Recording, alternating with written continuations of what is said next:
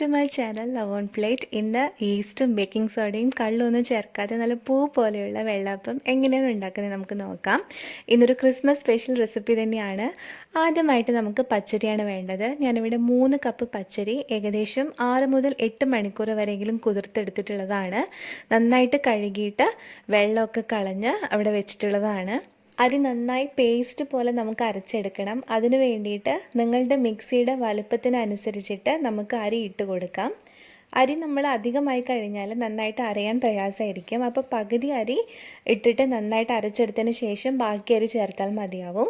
ഇവിടെ 3 കപ്പ് അരിക്ക് നമുക്ക് ഏകദേശം 1.5 കപ്പ് വെള്ളമാണ് വേണ്ടത്. അപ്പോൾ 3 കപ്പിന് 1.5 കപ്പ് എന്നുള്ള രീതിയിൽ നിങ്ങൾ വെള്ളം എടുത്തിട്ട് അല്പമായിട്ട് ചേർത്ത് കൊടുക്കാം. മുഴുവനായിട്ട് നിങ്ങൾ വെള്ളം അതിൽ കൊടുക്കണ്ട. അല്പം നമ്മൾ അരിയും അല്പം വെള്ളവും ചേർക്കുക. അത് കഴിഞ്ഞിട്ട് നമുക്ക് പിന്നെ അടുത്ത സെക്ഷൻ ആകുമ്പോൾ അല്പം വെള്ളം അതുപോലെ തന്നെ അല്പം അരി അങ്ങനെ ഇട്ടിട്ട് നമുക്ക് ഒരു ജാറിൽ തന്നെ നന്നായിട്ട് ഇത് മഷി പോലെ അരച്ചെടുക്കണം. ഇതിലേക്ക് നമുക്ക് ആവശ്യത്തിന് ഉപ്പ് ചേർത്ത് കൊടുക്കാം. ഇപ്പം ഞാനിവിടെ ഏകദേശം 1 ടീസ്പൂണോളം ഉപ്പ് ഞാൻ ചേർത്ത് കൊടുത്തിട്ടുണ്ട്. കാരണം നമ്മൾ അടുത്ത ദിവസം പുളിച്ച് കഴിഞ്ഞാൽ ഞാനിവിടെ ഉപ്പ് ചേർത്തിട്ടില്ല. അപ്പോൾ അത് നിങ്ങൾ ഉപ്പൊക്കെ നിങ്ങൾ അളവിനനുസരിച്ചിട്ട് നിങ്ങൾ ആഡ് ചെയ്ത് കൊടുത്താൽ മതിയാവും. അതുപോലെ നമുക്കിതിലേക്ക് ഒരു വലിയ ടേബിൾ സ്പൂൺ പഞ്ചസാര കൂടി ചേർത്ത് കൊടുക്കാം. അങ്ങനെ ചെയ്യുമ്പോൾ നന്നായിട്ടത് പുളിച്ച് കിട്ടും. അതിന് വേണ്ടിയിട്ടാണ് നമ്മൾ ചെയ്യുന്നത്. ഇപ്പം ഞാൻ നന്നായിട്ട് അരിമാവ് മിക്സിയിൽ അരച്ച് കഴിഞ്ഞിട്ടുണ്ട്. ഇപ്പം നിങ്ങൾക്ക് കാണാൻ സാധിക്കുന്നുണ്ടാവും വീഡിയോയിൽ. നന്നായിട്ട് മഷി പോലെ അരച്ചെടുത്തിട്ടുണ്ട്. അരിമാവ് നമ്മൾ നന്നായിട്ട് അരച്ച് കഴിഞ്ഞിട്ടുണ്ടായിരുന്നു. അത് നമ്മൾ അടുത്ത ദിവസം മാവ് പുളിപ്പിക്കാൻ വേണ്ടിയിട്ട് ഏത് പാത്രത്തിലാണോ വെക്കുന്നത് ആ പാത്രത്തിലോട്ടേക്ക് നമുക്ക് ഒഴിച്ചു കൊടുക്കാം. അത് ഞാൻ മുഴുവനായിട്ട് ഒഴിച്ചിട്ടില്ല. ഒരു 1/4 ഭാഗം ഞാനവിടെ വെച്ചിട്ടുണ്ട്. അതായത് നമ്മൾ തേങ്ങ ഇടുമ്പോൾ നന്നായിട്ട് അരിയുടെ അംശം കൂടി ഉണ്ടെങ്കിൽ നന്നായിട്ട് അരഞ്ഞു കിട്ടും. അതിന് വേണ്ടിയിട്ടാണ്. ഇനി നമുക്ക് അതിലേക്ക് 2 കപ്പ് ചിരവിയ തേങ്ങ ചേർത്ത് കൊടുക്കാം. ഇനി നമുക്ക് ഇതിലേക്ക് 1 കപ്പ് ചോറ് ചേർത്ത് കൊടുക്കാം. കുറുവ അരി അല്ലെങ്കിൽ പൊന്നി അരിയുടെ ചോറാണ് ഞാനിവിടെ യൂസ് ചെയ്തിട്ടുള്ളത്. അതുപോലെ തന്നെ ഇതിൻ്റെ ഹൈലൈറ്റ് എന്ന് പറയുന്നത് തേങ്ങാവെള്ളമാണ്. ഇത് ഞാൻ 2 ദിവസമായിട്ട് 2 തേങ്ങയിൽ നിന്നും എടുത്തിട്ടുള്ള വെള്ളമാണ്. ഏകദേശം 1 കപ്പ് നമുക്ക് വേണം.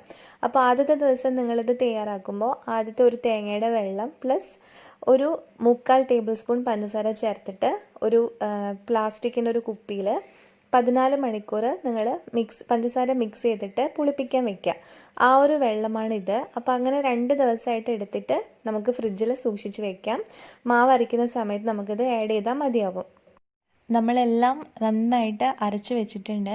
ഇനി നമുക്ക് അരച്ച് വെച്ച മാവ് നമ്മൾ ഏത് പാത്രത്തിലാണോ നമ്മൾ പുളിപ്പിക്കുന്നത് ആ പാത്രത്തിലോട്ടേക്ക് നമുക്ക് ബാക്കി തേങ്ങ അരച്ചിട്ടുള്ള മിശ്രിതം കൂടിയും ചേർത്തിട്ട് നമുക്ക് കൈ കൊണ്ട് നന്നായിട്ട് മിക്സ് ചെയ്തിട്ട് എടുക്കാം.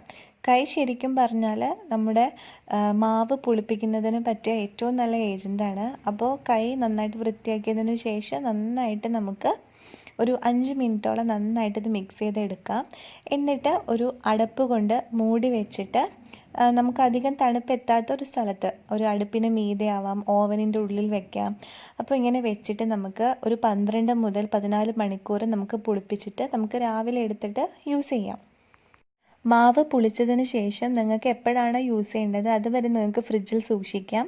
അപ്പോൾ ആവശ്യമുള്ളപ്പോൾ തണുപ്പ് പോയിട്ട് നിങ്ങൾക്ക് അപ്പം ഉണ്ടാക്കിയാൽ മതിയാവും. അടുത്ത ദിവസമായി. ഇനി നമുക്കൊരു സ്പൂൺ വെച്ചിട്ട് ഇതൊന്ന് നോക്കാം മാവ് എങ്ങനെയുണ്ടെന്നുള്ളത്. ഇപ്പോൾ കണ്ടല്ലോ, നിങ്ങൾ വീഡിയോയിൽ കാണുന്നുണ്ടാവും. നന്നായിട്ട് പുളിച്ച് വന്നിട്ടുണ്ട്. ഒരു എയറി ടെക്സ്ചർ വന്നിട്ടുണ്ട്. ബബിൾസ് പോലെ അപ്പിയർ ചെയ്തിട്ടുണ്ട്. അപ്പോൾ ഇനി നിങ്ങൾ ശ്രദ്ധിക്കേണ്ട കാര്യം എന്താണെന്ന് വെച്ചാൽ സ്പൂണ് കൊണ്ട് പതുക്കെ ഒന്ന് തടവിയിട്ട് എല്ലാ സ്ഥലത്തും ഒന്ന് മിക്സ് ചെയ്താൽ മതിയാവും. നമ്മൾ വളരെ ഫോഴ്സ് കൊടുത്തിട്ട് നമ്മളിങ്ങനെ ചെയ്ത് കഴിഞ്ഞാൽ ഇതിൻ്റെ ബബിൾസൊക്കെ നഷ്ടപ്പെട്ടു. അപ്പം വളരെ പതുക്കെ ഒന്ന് മിക്സ് ചെയ്തിട്ട് നമുക്കിത് അപ്പം ചുട്ടെടുക്കാം. നമുക്ക് ഈ ഒരു മാവ് സാധാ നോൺ സ്റ്റിക്ക് അപ്പച്ചട്ടിയിൽ അതുപോലെ തന്നെ ചീനച്ചട്ടിയിൽ നമുക്ക് അയേണിൻ്റെ ചീനച്ചട്ടിയിലും നമുക്ക് വളരെ എളുപ്പത്തിൽ തന്നെ ചുട്ടെടുക്കാൻ സാധിക്കും. ഇപ്പം നിങ്ങൾക്ക് വീഡിയോയിൽ കാണുന്നുണ്ടാവും നല്ല പെർഫെക്റ്റ് ആയിട്ട് നമുക്കിങ്ങനെ ചെറിയ ചെറിയ കുമിളകളായിട്ട് അത് അപ്പിയർ ചെയ്യുന്നുണ്ട്. അപ്പോൾ അത് കാണുമ്പോൾ തന്നെ നല്ല സുഖമാണ് അല്ലേ. അതുപോലെ തന്നെ രുചിയിലും നല്ല ടേസ്റ്റിയാണ്. വളരെ സിമ്പിളായിട്ട് നമുക്ക് ഉണ്ടാക്കാൻ സാധിക്കുന്നതാണ്. ഇരുമ്പിൻ്റെ ചീനച്ചട്ടിയിൽ നമുക്ക് വളരെ എളുപ്പത്തിൽ തന്നെ ഉണ്ടാക്കാൻ സാധിക്കുന്നതാണ്. അതുപോലെ ഏകദേശം ഇതിൽ നിന്ന് നമുക്ക് ഒരു 10-24 വെള്ളപ്പം നമുക്ക് ഉണ്ടാക്കാൻ സാധിക്കും. അപ്പോൾ നിങ്ങൾക്ക് അത്ര എമൗണ്ട് വേണ്ടാന്നുണ്ടെങ്കിൽ എല്ലാ അളവുകളും പകുതിയായിട്ട് എടുത്തിട്ട് നിങ്ങൾക്ക് ചെയ്താൽ മതിയാവും. അപ്പോൾ ഈ ഒരു റെസിപ്പി നിങ്ങൾക്ക് എല്ലാവർക്കും ഇഷ്ടപ്പെട്ടെന്ന് കരുതുന്നു.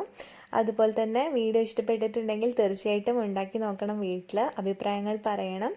ചാനൽ ഇഷ്ടപ്പെട്ടിട്ടുണ്ടെങ്കിൽ തീർച്ചയായിട്ടും ഒന്ന് സബ്സ്ക്രൈബ് കൂടി ചെയ്തേക്കണേ. Thank you so much.